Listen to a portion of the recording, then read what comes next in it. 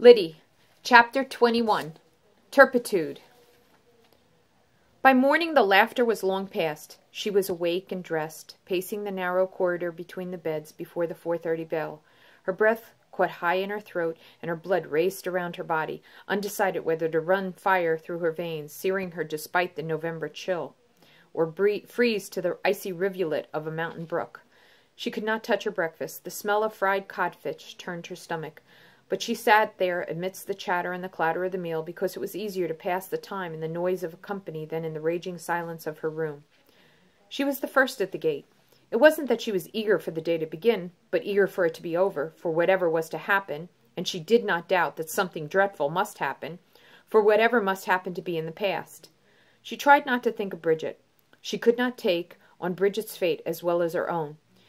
If only she had not come back up the stairs. Monster! Would I have wished to leave that poor child alone? Better to feed Rachel and Agnes to the bear. And yet, Bridget was not a helpless child. She might have broken loose, stomped his foot, or... Well, it was too late for that. Lyddie had gone back. She had mercy. She had mercy on her, picked up the pail of filthy water and crammed it down on the overseer's neat little head, and all she had to do was speak. When she had called his name, he had turned and let Bridget go. But no, Lyddie could not be satisfied. She had taken the pail and rammed it till the man's shoulders were almost squeezed up under the tin. The skin on her scalp crawled. Why didn't they open the gate? She was as weary of the scene in her head as if she'd actually picked up the heavy bucket and brought it down over and over again and run the length of the yard, dragging Bridget behind her 1,000 times over, laughing. Of course he must have heard her. She had howled like a maniac. He must have heard. The other operatives were crowded about, jostling her as they all waited for the bell. And still when it rang, she jumped. It was so loud, so like an alarm clanging danger. She tried to turn against the tide, to get away while there was still time, but she was caught in the chattering, laughing trap of factory girls, pushing themselves forward into the new day. She gave up and allowed the press of bodies around her to propel her to the enclosed staircase and up the 4 flights to the weaving room. Bridget was not at her looms. Mr. Marston was not on his high school. Her execution was delayed. She felt relief, which was immediately swallowed up in anxiety. She needed it all to be over. One of the girls from the Acres approached her. "Bridget says to tell you she's feeling a wee bit poorly this morning. You are not to worry." "The little coward. She's going to let me face it all alone, eh? When I was the one risked all to help her." The girl glanced back over her shoulder and around the room. She bent her face close to Lyddie's neck and whispered, "The truth be told, she got word not to report this morning, but she had no wish to alarm you." Now Lyddie was truly alarmed, without even the slight armor that resentment might provide. Would they, then, be punishing Bridget instead of her? What sin had Bridget committed? What rule had she ever trespassed? And she with a sickly mother and nearly a dozen brothers and sisters to care for. Mr. Marston had come in. Lyddie kept her eye carefully on her looms. The room shook and shuddered into life. Lyddie and the Irish girl beyond kept Bridget's looms going between them as best they could. She was almost busy enough to suppress her fears. And then a young man, the agent's clerk in his neat suit and cravat, appeared at her side and asked her to come with him to the agent's office. The time had come at last. She shut down her own looms and one of Bridget's and followed the clerk down the stairs and out across the yard to the low building that housed the counting room and the offices. The agent Graves was seated at his huge roll-top desk and did not at once turn from his paper and acknowledge her presence. The clerk had only taken her as far as the door, so she stood just inside as he closed it behind her. She tried to breathe. She waited like that, hardly able to get a breath past her Adam's apple, until she began to feel quite faint. Would she collapse then in a heap on the rug? She studied the pattern, shades of dull browns, starting nearly black in the center and spinning out lighter and lighter to a dirty yellow at the outer edge. Dizzy, she stumbled a step forward to keep from falling. The man turned in his chair as though annoyed. He was wearing half spectacles, and he lowered his massive head and stared over them at her. You sent for me, sir." It came out like a hen cackle. "Yes." You sent for me, sir." She was glad to hear her voice grow stronger. The man kept staring as though she were a maggot on his dish. "Lydia Worthing, sir? You sent for me?" "Ah, yes, Miss Worthing." He neither stood nor asked her to sit down. "Miss Worthing." He gathered the papers he had been working on and tamped his bottom of the pile on his desk to neaten it, and then laid the stack down on the right side of the desk. Then he scraped his chair around to face her more directly.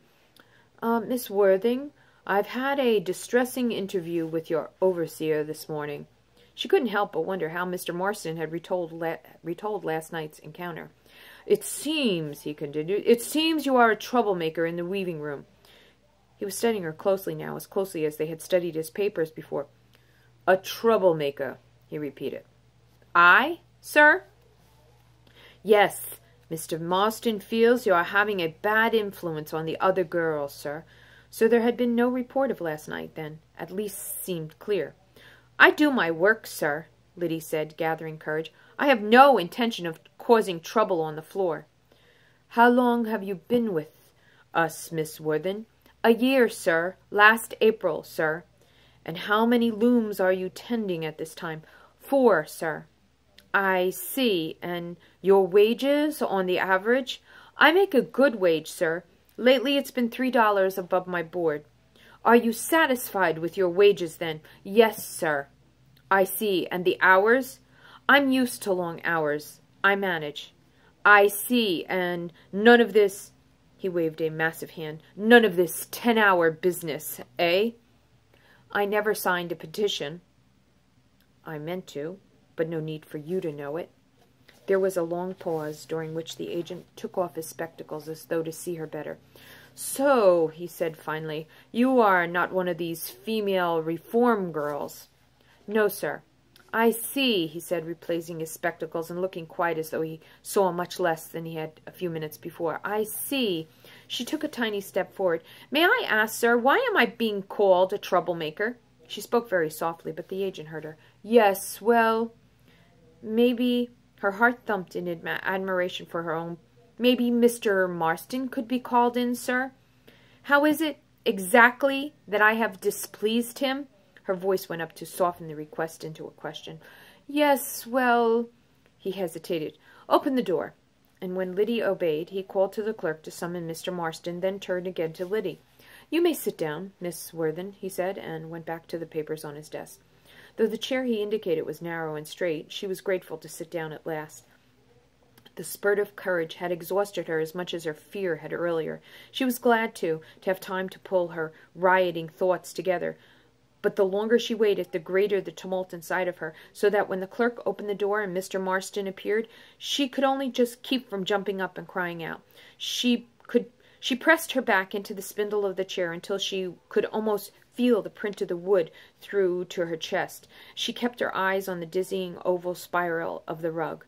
There was a clearing of the throat, and then, "You sent for me, sir." Lyddie nearly laughed aloud. Her exact words, not 10 minutes before. The superintendent turned in his chair, but again he did not stand or offer the visitor a chair. "Miss Worthing here asked to know the charges against her."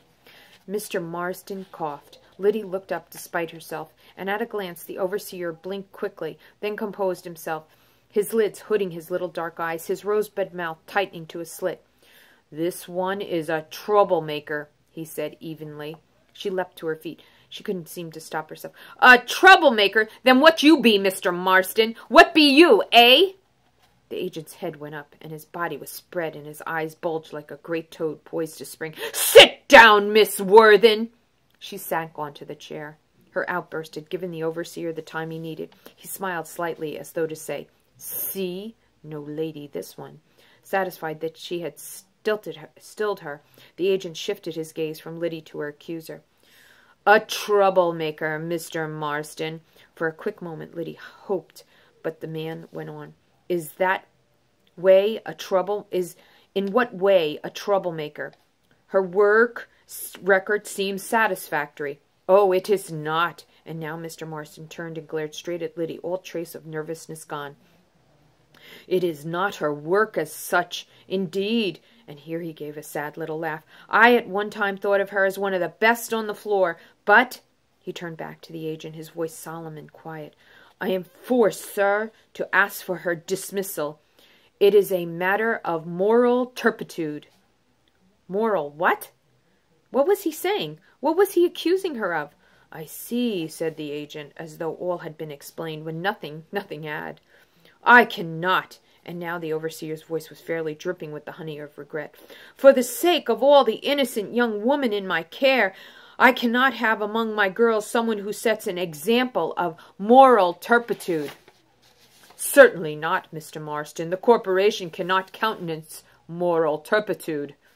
She turned unbelieving from one man to the other, but they ignored her, and she fought for words to counter the drift the interview had taken. But what could she say? She did not know what turpitude was. How could she deny something she did not even know existed?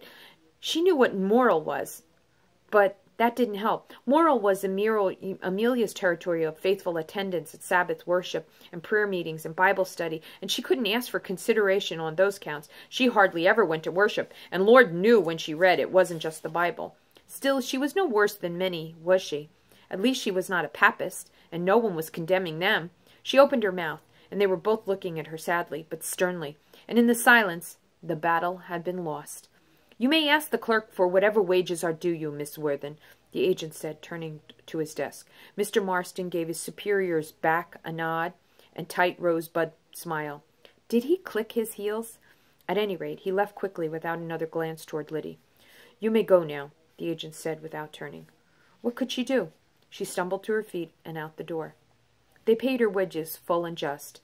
But there was no certificate of honorable discharge from the Concord Corporation. With no certificate, she would never be hired by any other corporation in Lowell. She walked out of the tall gate, benumbed. She had often dreamed of this last day, but in her dream she would be going home in triumph, and now there was no triumph and no home to go to, even in disgrace. And that is the end of chapter 21. Keep on reading, please.